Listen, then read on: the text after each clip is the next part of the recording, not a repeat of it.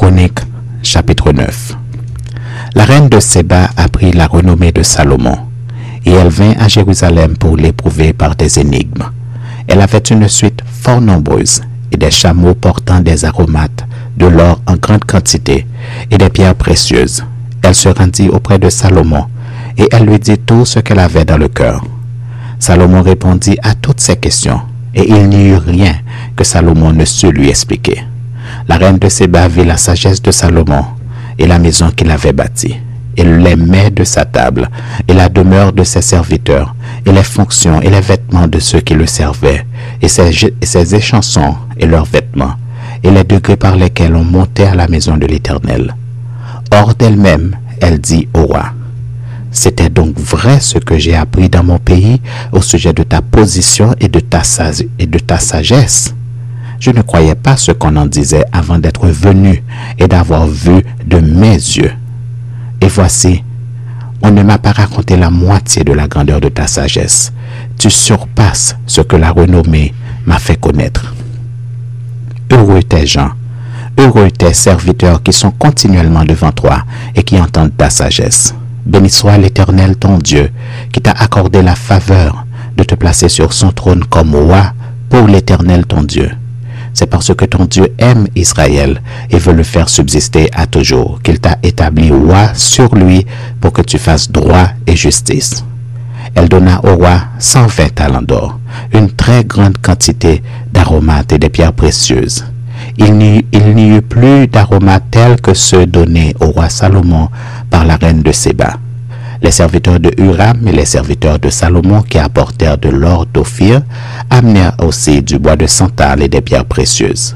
Le roi fit avec le bois de santal des escaliers pour la maison de l'Éternel et pour la maison du roi, et des harpes et des luttes pour les chantres. On n'en avait pas vu de semblable auparavant dans le pays de Juda. Le roi Salomon donna à la reine de Séba tout ce qu'elle désira, ce qu'elle demanda, plus qu'elle n'avait apporté au roi. Puis elle s'en retourna et alla dans son pays, elle et ses serviteurs.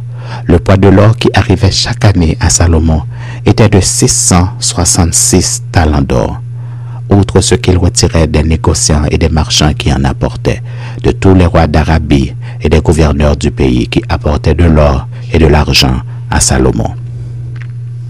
Le roi Salomon fit 200 grands boucliers d'or battus, pour chacun desquels il employa 600 cycles d'or battus, et 300 autres boucliers d'or battus, pour chacun desquels il employa 300 cycles d'or. Et le roi les mit dans la maison de la forêt du Liban. Le roi fit un grand trône d'ivoire et le couvrit d'or pur. Ce trône avait 6 degrés et un marchepied d'or attenant au trône. Il y avait des bras de chaque côté du siège. 2 lions étaient près des bras, et 12 lions sur les 6 degrés de part et d'autre. Il ne s'est rien vu de pareil pour aucun royaume. Toutes les coupes du roi Salomon étaient d'or, et toute la vaisselle de la maison de la forêt du Liban était d'or pur. Rien n'était d'argent. On n'en faisait aucun cas du temps de Salomon, car le roi avait des navires de Tarsis naviguant avec les serviteurs de Huram, et tous les 3 ans arrivaient les navires de Tarsis apportant de l'or et de l'argent, de l'ivoire, des singes et des paons. Le roi Salomon fut plus grand que tous les rois de la terre par les richesses et par la sagesse. Tous les rois de la terre cherchaient à voir Salomon pour entendre la sagesse que Dieu avait mise dans son cœur.